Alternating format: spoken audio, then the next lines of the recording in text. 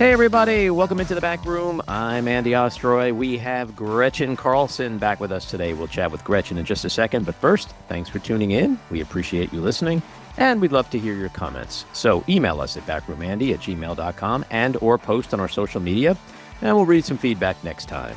And if you like the podcast, please rate and review and follow or subscribe, and you'll be notified every time we post a new episode. So, Gretchen Carlson is an internationally recognized advocate for women's rights whose bold actions against Fox News chairman Roger Ailes helped pave the way for the global Me Too movement. A former CBS News and Fox News journalist, author, TED Talk alum, and champion for workplace equality, she was named one of Time magazine's, quote, 100 most influential people in the world. Gretchen is the co-founder of the nonprofit Lift Our Voices, which works to end silencing mechanisms in the workplace that keep toxic issues secret. She is also a frequent contributor to CNN and MSNBC, a Fast Company contributor, and the author of the New York Times bestsellers Be Fierce and Getting Real. Her story of harassment and retaliation at Fox News has garnered international attention, including the Showtime miniseries The Loudest Voice and the movie Bombshell. Her signature achievement is the passage of the Ending Forced Arbitration of Sexual Assault and Sexual Harassment Act in March 2022, one of the biggest labor law challenges in the last 100 years. Gretchen, welcome back into the back room. I think this is the third time. What do they say? The third time is a charm? It is. I think 2 more times and you get a bathrobe.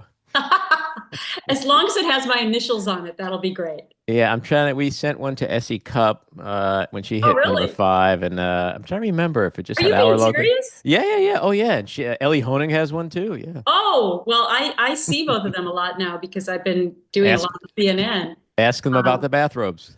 Yes, I will. I'm going in tonight, in fact. So I want to just start off with your recent op-ed from Time, entitled What the Epstein Scandal Tells Us About the Impact of the Me Too Movement. So what does it tell us? Well, I think that one of the reasons this op-ed got so much traction is because, a lot of people were talking about who might be on the list of perpetrators and, let's find out all that information. But there wasn't a lot of focus on the survivors necessarily. And whether or not, because we're not focusing on the survivors, that might indicate progress. So what I mean by that is there has been a tremendous amount of progress in this whole Me Too movement since I came forward already 9 years ago at Fox News, because we're not demanding to hear from the survivors to believe them. We automatically believe them. And that is a huge step forward. If you think back to, when I came forward, the number one thing my lawyer said to me is that they're going to kill you, they're going to malign you, they're going to beat you, they're not going to believe you. I mean, that's the way we used to approach these kinds of things. And in fact, when these survivors first came forward with the Epstein stories, this was long before I did. And they weren't believed. They were poo-pooed. That's why it took so long to even get to the point of convicting Maxwell and Epstein committing suicide, if that happened, in jail. So immense progress that America in general wants to know more information. 80% of us do. And number 2, they're not demanding to hear from the survivors because they believe them inherently. They want to hear who the perpetrators are and hold them accountable. That is huge progress. Do you think that the landscape has gotten less conducive under Trump 2.0 for women to come forward? I think that this will go down as the most unbelievably odd story to potentially have come to life during Trump 2.0. Because let's face it, he had 12 known accusers, well, more than that, 13, E. Jean Carroll, who he was convicted of abusing. But he had 12 other people who came forward in Trump 1.0, and nothing really ever materialized from that. And the number one question I used to get all the time was, how can President Trump be president while the Me Too movement seems to be exploding? And, we can argue about the fact that, CEOs and such can get fired from jobs. People elect presidents. So there's a different mechanism there at play. But I think it's completely fascinating and ironic that here we are in Trump 2.0, and the fact that the Epstein story not only is bringing Democrats and Republicans and MAGA together, who would have ever thunk that, but that it could actually be the unraveling to a certain degree of Trump's dominance on MAGA. That a sexual abuse story would actually be the final unraveling to me. There's nothing more ironic to me in the world right now. Why do you think that is? This was something I was going to ask you. I mean, with all the lies, all the gaslighting, all the conspiracies, all the things that Trump has thrown at MAGA over the years, why is it the Epstein scandal that does have that potential to, on some level, bring down the house of cards? Yeah, I don't think it's because MAGA cares about sexual assault necessarily. I don't Hmm. think that's what the driving force is, which makes it ironic. I think the driving force was that this was just one in a long list of conspiracy theories, right? And they overplayed their hand completely. The most other fascinating thing to me is, how did Trump let this happen? Like, he, may not be the best strategist in the world, and he only listens to the last person he spoke to, and that's what comes out of his mouth. So he's not really, I don't think, a strategizing, pre-planning person per se. But for gosh sakes, he saw his own attorney general promising binders and 220 videos of child molestation, and he saw his own FBI director Kash Patel and the deputy, Dan Bongino, talking about this endlessly. And he didn't put a stop to that. That is fascinating to me, because why the stop? Why the stop now? So I think that MAGA was just so used to being behind conspiracy theories. And when the information flow stopped so abruptly, that's what caused the insurrection. But it's not because of the content of the Epstein story, is what I'm saying. Yeah, it just is so fascinating to me because he normally is so Teflon and he's able to wave off anything that is incriminating just by a simple deflection or gaslighting. And it doesn't seem to be working in this case. Like recently, he said this is all a Democrat hoax, or why didn't Democrats release the files when they were in power for 4 years under Biden? But to your point, the nanosecond that Pam Bondi stood in her office and pointed to her desk and said, I have the files, I would assume to MAGA, nothing prior to that matters anymore, right? It doesn't matter. It does not matter. And here's the irony. Here's the ultimate irony to me. Isn't that the reason they elected him? Because Democrats supposedly did nothing with these files. So to point to Democrats as the excuse for not doing it yourself just seems so bonkers to me. Well, yes, and let's not also forget, since we started by talking about the survivors, the idea that Trump calls it a hoax, that's just re-victimizing these survivors day in and day out, because they have to, not only did they have to experience this horrific things in their life, but now it's being politicized, right? And now for Trump to try and get out of his own way, he now has to call it a hoax, and he has to blame Hmm. it on Democrats. He's looking for any possible reason why he thinks MAGA won't suddenly believe this. I just think that this will go down in history in a lot of different ways. I'll add another way. I think this will go down as one of the biggest colossal PR errors ever in politics. I just think that this, from somebody like myself who's covered politics as a journalist for more than 35 years, the idea that he could find himself in this crisis, and that this is the first time he can't talk his way out of it with his base and with others. I just would be hard pressed to find another political crisis that didn't have to happen, that did and was handled so horribly. Well, it's probably a lot of hubris. Every cult, every house of cards eventually comes down because it is a house of cards. There's no there there. It's just all smoke and mirrors, lies, gaslighting, deception. And I think he just carries on as if he thinks, he's on Fifth Avenue and he can shoot somebody and still not lose any supporters. And in this particular case, there are some people who are going, wait a second. Did that guy just shoot somebody? Oh, maybe we should call the police. It seems like there's a crack in the dam. But the big question is, will there be a flood of defection eventually? Or is this just going to blow over like most everything else, especially if the media keeps falling for all the distractions. I mean, I was watching something last night. I don't remember whether it was MSNBC or your network, but somebody said, "Yep, he keeps distracting." And here we are talking about the thing that happened today, DC, and we didn't really talk about Epstein. And I was driving in my car That's going, true. "Exactly it. That is Yeah. exactly it." And even if the media knows it, I guess they just feel compelled still to chase the daily distraction. Yeah, I think he's been successful with the latest distractions a little bit more than he did the others. I mean, announcing you're going to meet with Putin, I mean, that sort of takes center stage, Right. you know, and the DC story. But depending on how those play out, it'll be it'll be a day of kind of a thing, and then when the meetings happen or when something happens in DC, I think with Epstein now that a lot of the coverage was kind of just operating a little bit on old news because Congress is in recess, right? And so we're waiting for these subpoenas, and there's not going to really be another shoe to drop other than the grand jury now saying the judge saying the grand jury testimony will not be released. Um, so I think the next time there's some sort of a news nugget Mm-hmm. about Epstein, it's going to come full back to life. And all you have to do is watch these town halls that Republicans are having at home now during the recess and Mm-hmm. hear the reactions to their constituents who want to know why they're covering up the Epstein files. I mean, I don't think this is suddenly just going to go out of mind because Trump's meeting with Putin as a distraction. So, let's wait and see how the next couple of weeks pan out. But one other thing I wanted you made me think of something, which I think is incredibly important in the fracturing of MAGA.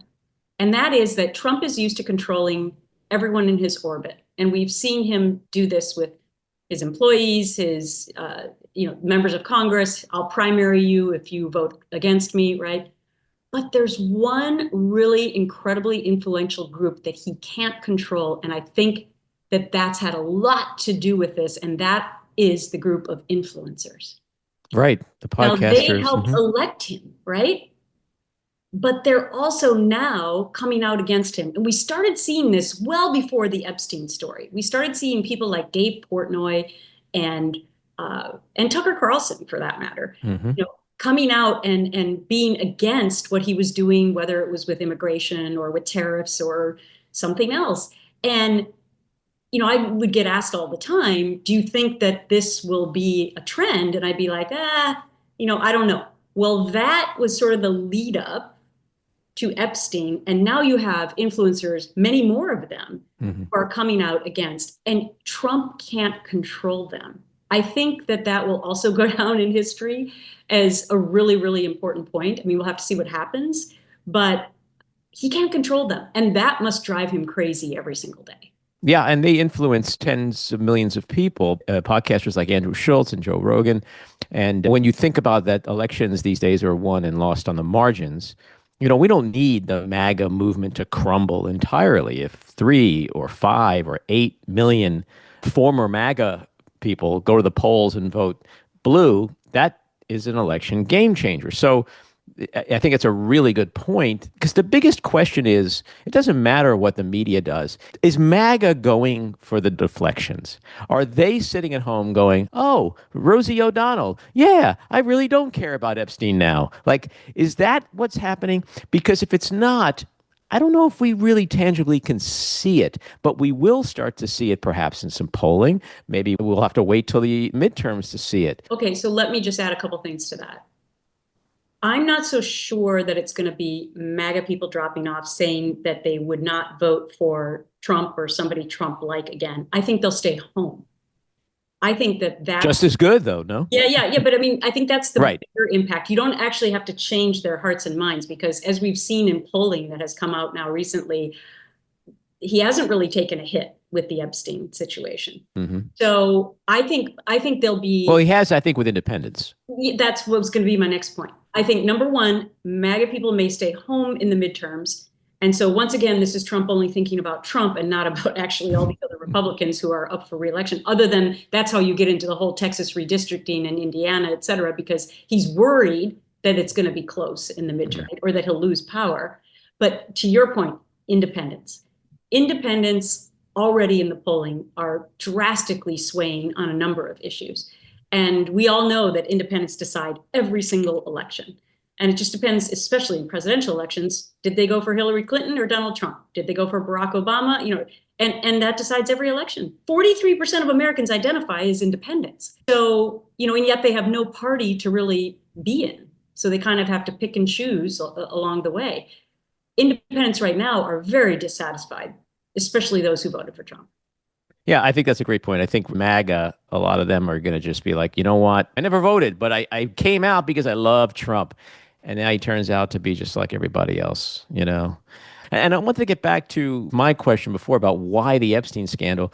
It was drilled into their heads that there is this huge cabal of rich, powerful Democrats who are lying to them and stealing from them and drinking the blood of babies and they're sexual groomers with kids, all this horrible stuff. And that if he comes in, he's going to change it all. He's going to prosecute them and throw them in jail. And what I want to see is that tipping point where it starts to look like he's the deep state. I don't know if we'll get there, but if all he does is lie and gaslight and obfuscate the way he claims Democrats did for years, it's hard to imagine how, at least with a certain segment of MAGA, how it doesn't get to that point. Yeah, you know what else is ironic? I don't think MAGA gives a shit about Trump being in the Epstein files. I don't think they care. I don't think that he could do anything really that they'd be upset about. I think they're more, this is not about him being in the Epstein. This is about the idea of he was elected as the person who gets to the truth, and he comes in and he tears down all these institutions and he gets to the bottom of it and he does it quickly and he's the only one who can do it. That's why they voted for him. Look, they've given him every excuse in the book for other alleged sexual misconduct. I don't think they care that he's in the Epstein files. That's not what this is about. So again, we kind of have to separate out the bigger story of conspiracy versus the content of what we're talking about. I don't think this is going to suddenly make MAGA people like sympathetic to sexual misconduct survivors. No. Although I've talked to, there's a guy I spoke to, I think he might have been on CNN, maybe it was MSNBC, Rich Loges. He founded this organization called Leaving MAGA. And I asked him this question because he was in MAGA for like 7 years. And one of his responses was that for a lot of them, it is all about children and the abuse of children. I don't know if I believe that or not, but at least that's what some of them say. Well, then how... Okay. Are you going to get logical? You're going to start asking me a logical question. I know. I was just going to say. So then, why didn't they care about any of the Trump accusers before? I mean, they maybe weren't 10 years old, but it doesn't make the alleged actions right. Of course not. I mean, no.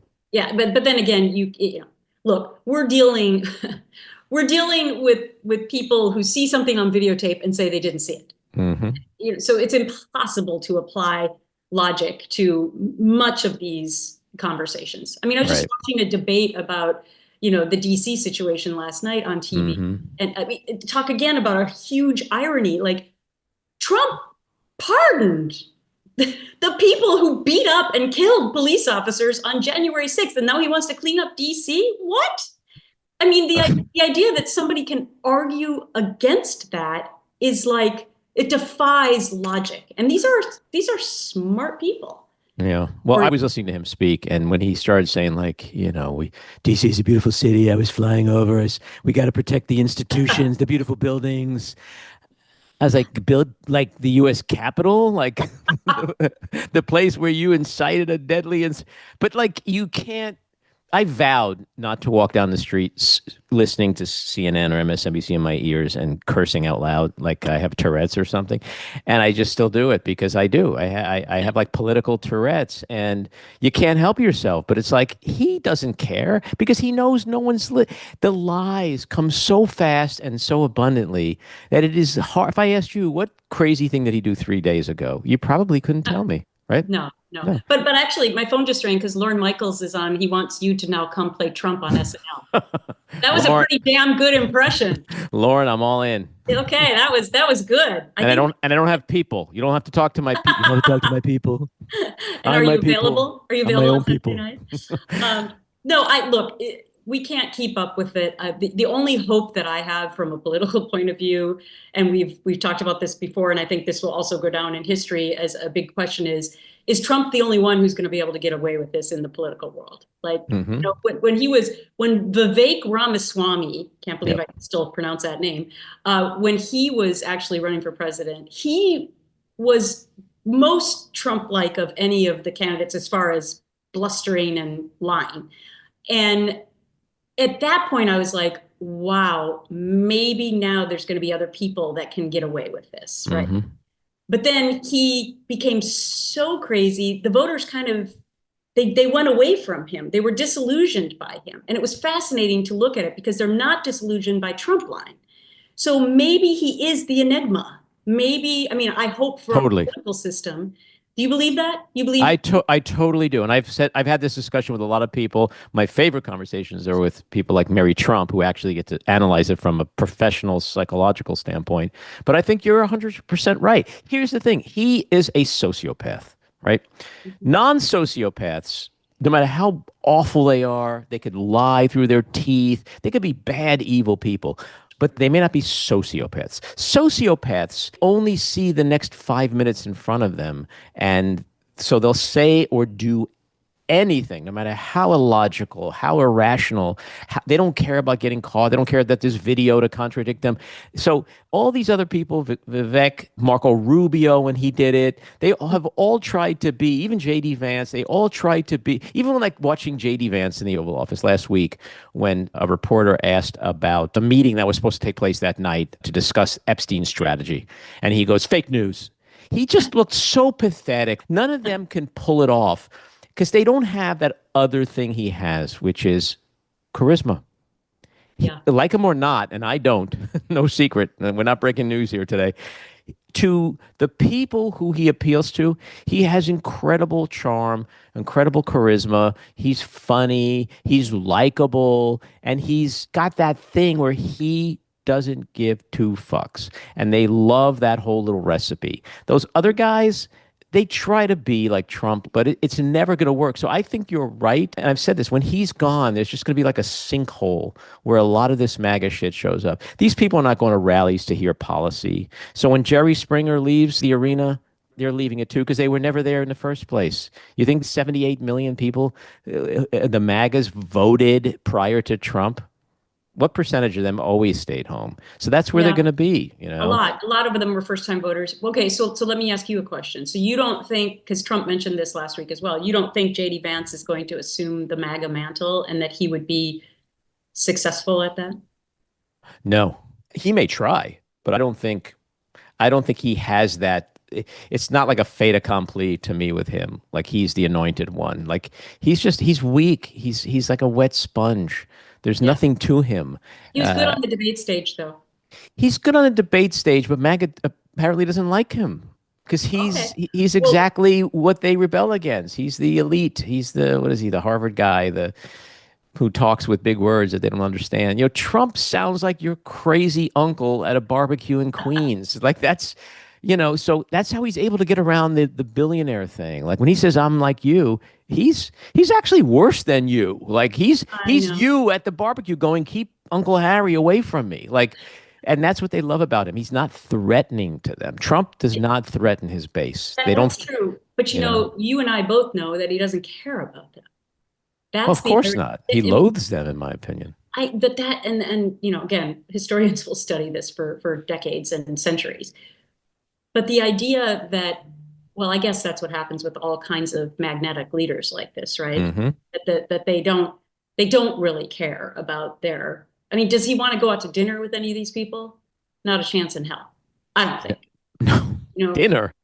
yeah, I know, but He it's but doesn't want to be in a 10-mile radius of any of them. yeah, I mean, because we all know since television really took over the whole political arena, you have to have that charisma to be able to become president. Now, you don't have to be Trump's charisma, but for example, when Barack Obama came into Fox News forever ago, when he was just a newly, elected senator, he had written his first book.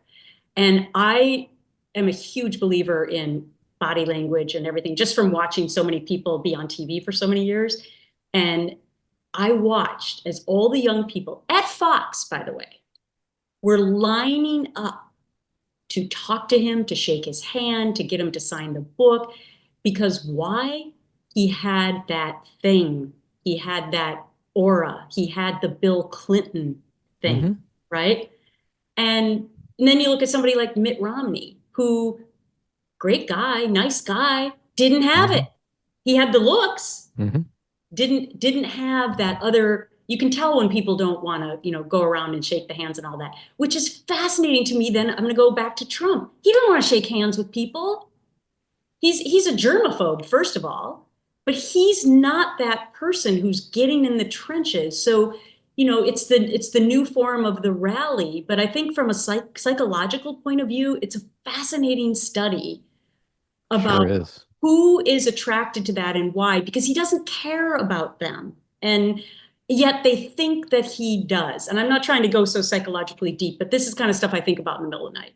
No, but I think you are so spot on, and very few people talk about that. He doesn't need to go out and shake hands because he has those rallies. Because for him, it is a show. Just like I don't think the Jerry Springer, associated with anybody who was like his audience either, because it's all performance. Except here's the key with Trump: he is seen as so authentic. Because truly, he is. He is authentic. He is. I think this is the way Trump has been in any aspect of his life over the last 5 decades, whether you've seen him in the corner office at Trump.org or a construction site or in the White House or on Larry King. He is who he is. And who he is not only his own worst self, is that he gives license to his base to be their own worst selves. And that's the magic, the special sauce to me, is that not only is he not threatening to them, he says, hey, I'm president. Go ahead, wear that fuck your feelings t-shirt because I'm with you. And Yeah. that's where we are today in this country. We have half of the country who basically says fuck your feelings. Yeah. Really? Really? Is that really who you are? Fuck your feelings? I know he's given full license for people to come out of their basements. Things that they were thinking in their basements that, they weren't supposed to say anymore, right? Uh, And he's full license. basically said, in terms of racism, he said, okay, you could take the hoods off. We don't Yeah. need the hoods on anymore. They're good people. Yeah. Remember?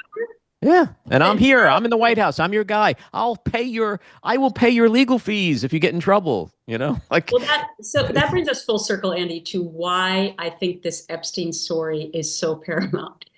Because based on what we just talked about, he's given full license to I mean, just look at people who talk to me on social media, like full license to be the most horrible people ever, right. not honor survivors in any way, or race discrimination or whatever it may be. And yet it's a story about sexual assault that may be the undoing. I mean, that is just fascinating to me. And It's just dessert. yeah, it is. It is unbelievably satisfying, and why I wrote that op-ed to say progress. People have been asking me for how many years since Trump was first elected, how could this happen with regard to sexual assault survivors and sexual harassment survivors? How could this still be progress? And yet there is a silver lining, not to mention all the other work I'm doing and the laws that I'm passing. And look, we just keep going straight ahead. I don't really care. I don't pay attention to the fact that Trump's president. I'm steamrolling ahead. I'm passing NDA laws at the state level instead right now. Mm-hmm. I mean, I'm going to testify before a Senate Age Committee on my new bill, Protecting Older Americans Act, in September. I'm still pressing forward, even though I'm not sure Trump would ever pass any of my bills, because I want to be ready for that moment when he's not there. And Yes. that could be the midterm election as the first place, and then it could be 2 years after that. So for those people out there who think that this is such a negative time, I mean, look, I have to wake up every day being optimistic because that's kind of advocacy work that I do, but I actually believe it Mm-hmm. because I'm actually living it and I'm actually seeing the progress. And so if we can leave anyone with anything today, it's like, yeah, there's a ton of shit going on in the world and we can't believe most of it. But Well, believe me when I say that we're making progress. Well, it's interesting you said you're optimistic because my nickname in the studio is Optimistic Andy. Just when everyone thinks the sky is falling, I'm like, wait, it's gonna get better, because I really do believe it. But Me Too came on like a tsunami, and it left many abusive men's reputations and careers washed up on the shore like a fish carcass. But to some, it feels like the sexual predators have the upper hand again, perhaps due in part, like we were saying before, to the actions of the predator in chief. Are we going backwards on some level, or do you have to be able to see the forest through the trees and say, yeah, it's not a straight up progress line? It's not. Look at the civil rights movement. I mean, Mhm. look at any cultural change. Do you think they had a few blips along the way? One of the things that actually frustrates me the most, Andy, is, and I can say this because I'm a member of the media, is the way in which the media handles these things. Mhm. That they're very quick to jump to the headline, Me Too is dead, when one little thing happens, like Harvey Right. Epstein isn't convicted of all the charges. He's still spending his life in prison, okay? Right. Bill Cosby gets out of prison on a frickin' technicality that had nothing to do with whether or not he was guilty or not. By the way, that jury would have never convicted him if it hadn't been for Me Too, because it changed the hearts and minds of every American, including when they became jurors, to believe the women. So you have to look at the silver lining in all of this, and the media has to stop putting out the headline. Two headlines that drive me crazy. Is Me Too dead? No, it's Mhm. not. Okay. And number two, the minute somebody of big nature, like I'll use Bill O'Reilly as an example because I saw this right after he fell down. Within 3 weeks, the media was asking, when is Bill O'Reilly going to make a comeback? And it was like, what the fuck? Like, what about all the women who Right. Where's he that comeback? allegedly abused, who nobody has ever heard from ever again? And then you magnify that by all the other people who are being affected by assault and harassment in this country. And where are they? Nowhere. Hmm. So why the media plays a central role in the way in which culture continues to grow with this. Because if they continue to put out the messaging about we should bring the men back and we don't talk about the women, even though they did nothing wrong, and we continue to promulgate the myth that Me Too is dead in our headlines, that shapes the hearts and minds of people who are listening to that stuff. So we really have to dig deep to figure out, how do we finally change these cultural norms that we have become comfortable with. And Yeah. one Well, of those is that we prop up men. And why do we do that? I mean, I guess we live in a patriarchal society, but why don't we care about the women? So we have to really look at it through a different lens. Like, the media doesn't always want to cover all the good work that I'm doing. Why? I don't know. It might not be snazzy enough. It might not be like something's dead. So that makes a good headline. We used to say in local news, if it bleeds, it leads. hmm. But they don't always want to cover the good work I'm doing. And every time they do a headline like Me Too is dead, my PR people will reach out to them and be like, but wait a minute. This is what Gretchen Carlson's doing. How could you possibly say that? So it is sort of dependent on the media to also join us in this fight and stop going for the easy headline and stop going for the easy recovery mission of all of these men. Well, not to pile on the media, but it does that across the board. I mean, the questions like that are fodder for the panel discussion. Yes. That's the lead in for the panel discussion. Same as like if Trump says, I'm going to ban all Asian people or whatever, some nonsense, the anchor will inevitably turn to the panel and say, why would he say that? And George Conway and I always joke when he's on. We go, "Why would he say that? Because he's a sociopath." Like that's it. But you see, that's a conversation ender, right? That like you don't have a panel with that lead in, and so. But the problem is, it's not just about a panel discussion. It's that those kinds of questions, especially is Me Too dead, it shapes a narrative and it normalizes the bad Yes. behavior. It's like whenever Trump gives a speech or something and it's not completely bonkers and he doesn't drool, somebody will inevitably say, he was kind of presidential tonight. And you're like, what?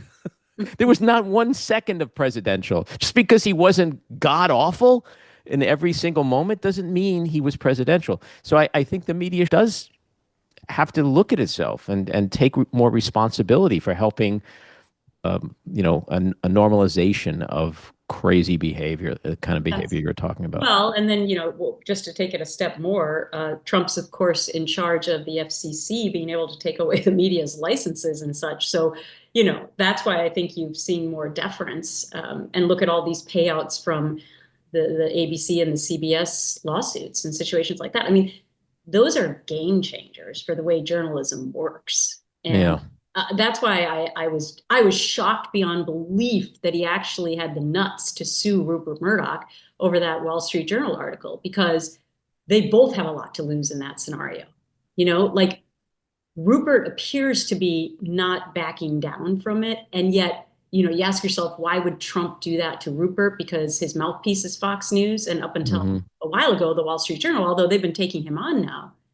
And I guess my analysis of why Trump would do it is because he had to show his base that when he blusters that it's fake news and all that, he has to then show up and sue, right? Because that's what he did in Hmm. the past.